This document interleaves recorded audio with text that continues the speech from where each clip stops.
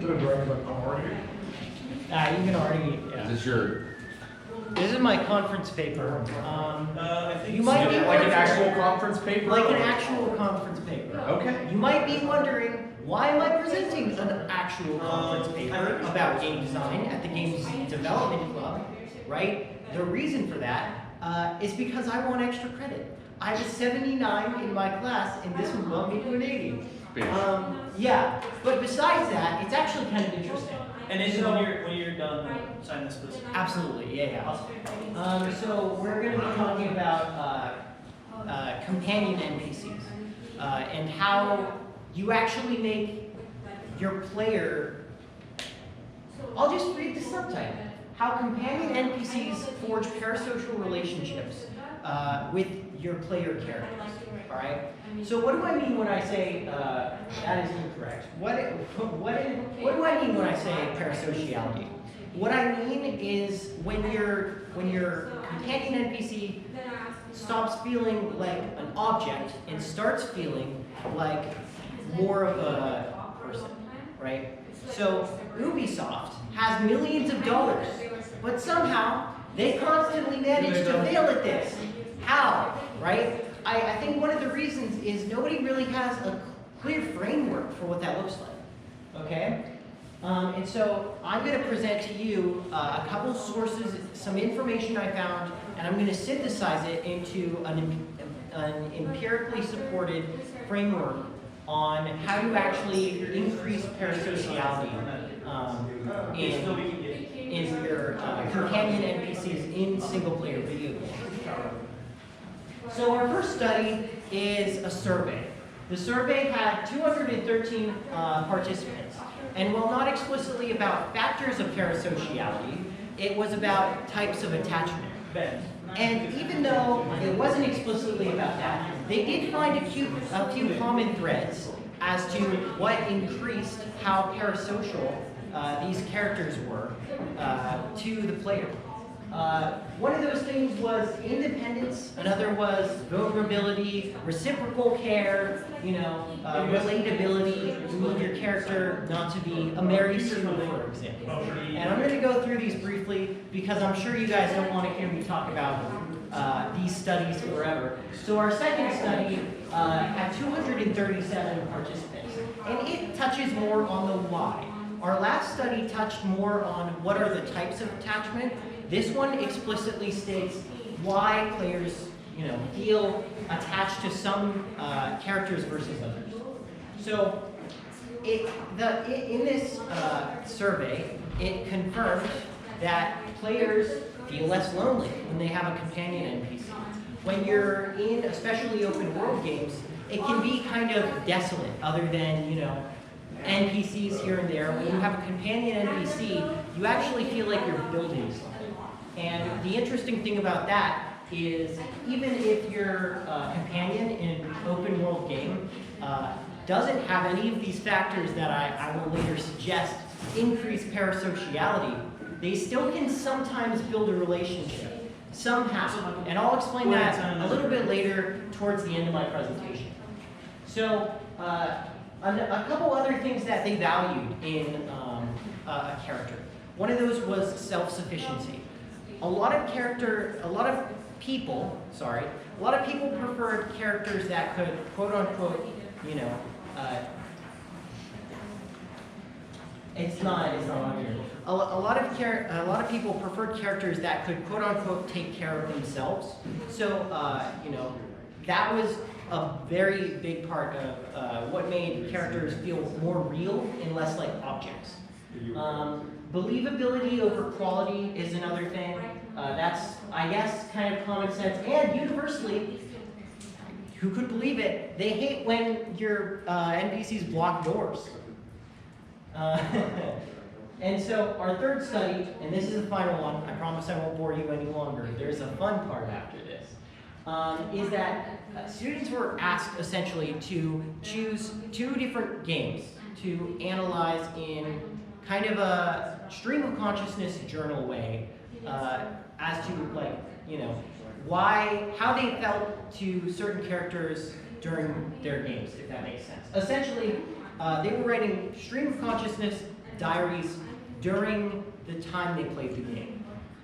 And what they found when analyzing these stream of consciousness journals was that some of the most important factors were context awareness, responsiveness, meaningfulness, and round versus flat characters. If you have a flat character, for example, in Skyrim, you're going to have less attachment to it than you would with a character in Baldur's Gate, which has a dynamic storyline over time.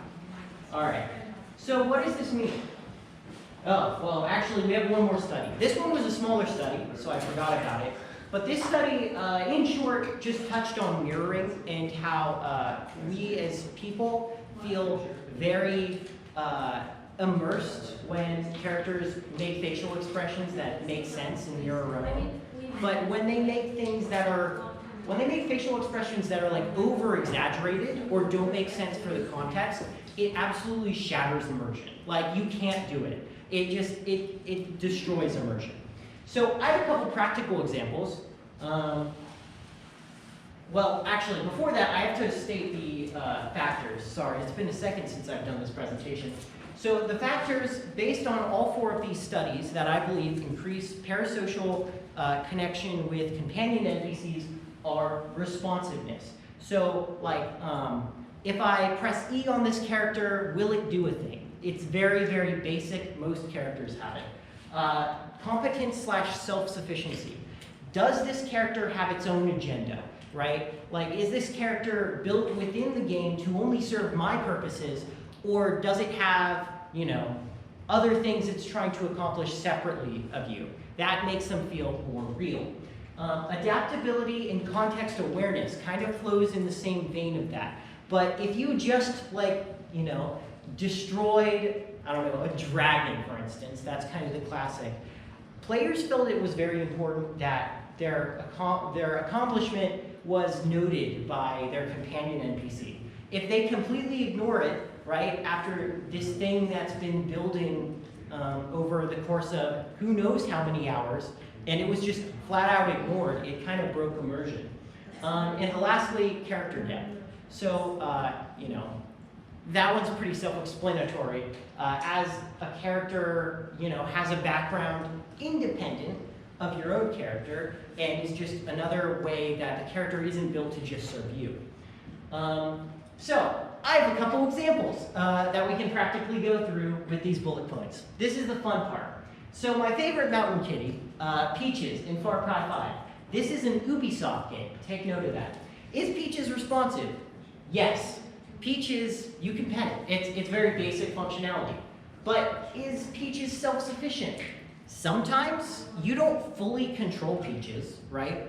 But you mostly control Peaches. You can control where Peaches goes. Peaches is with you the whole time. Peaches doesn't have its own agenda, right? So Peaches lacks a lot of self-sufficiency.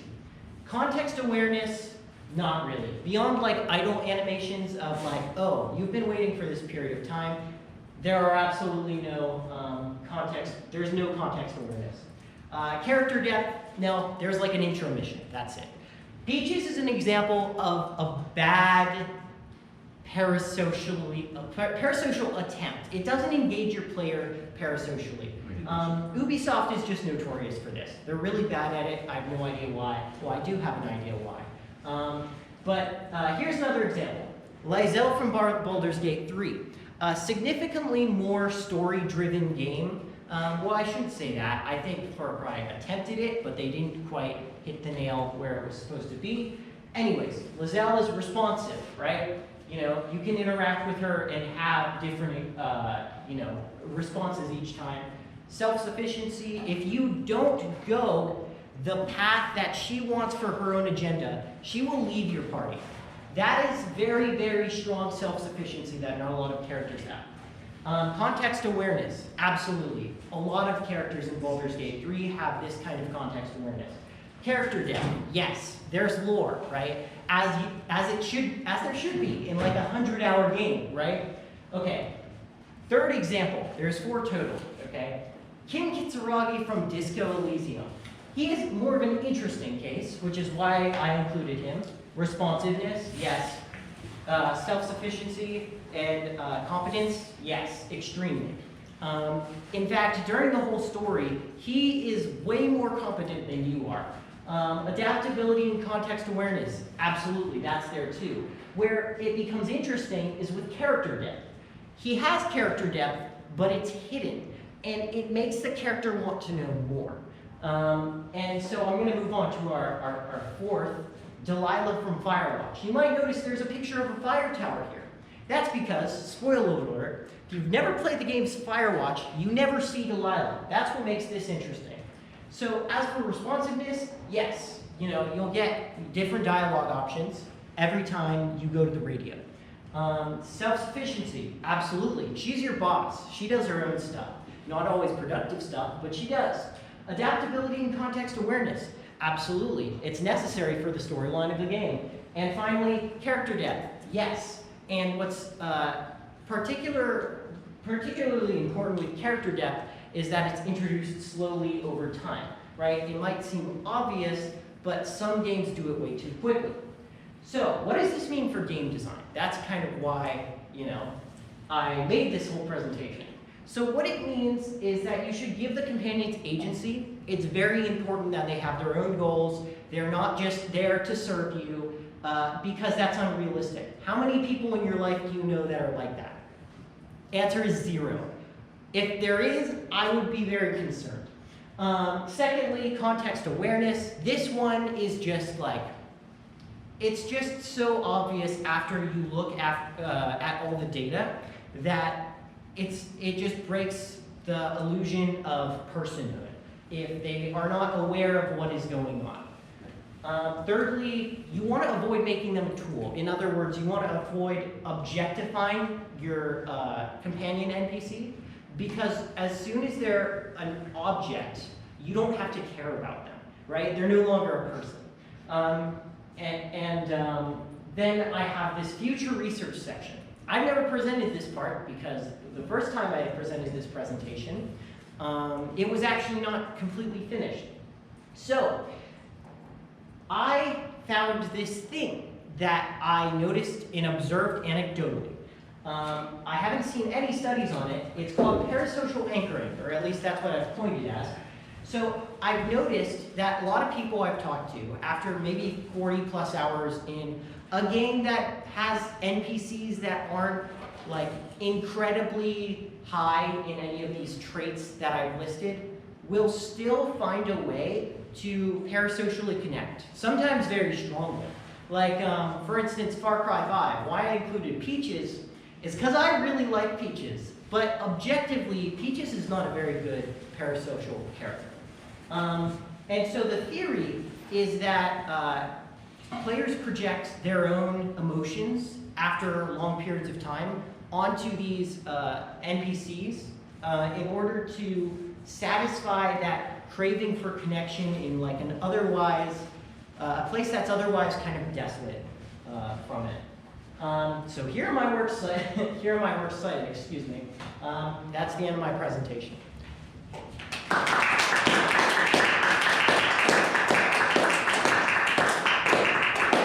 And if any of you have any questions, I'll take those too. Any questions? No? All right, cool. That's cool. Very well. Yeah, thank you for listening to me drone on about my presentation. Before you do fun stuff. I want cheeseburger, not peaches. I'm sorry. We can't get the All right, let's move up the smash. It's all right. The bear in Far Cry 5. Yes. Are you gonna apply this I to your love next that game thing. jam? Kind of hard to apply that in game jam. Some stuff like context awareness and character depth is hard to fit into a game you made in 48 hours. But stuff like responsiveness is very easy to put in there. That's the if I were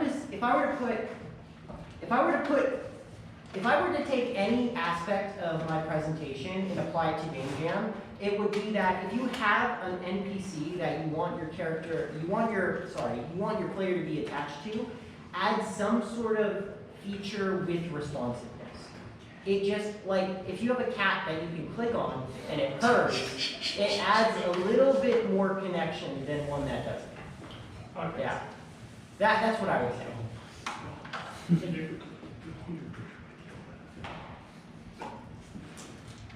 anyone else bring the additional Switch controller?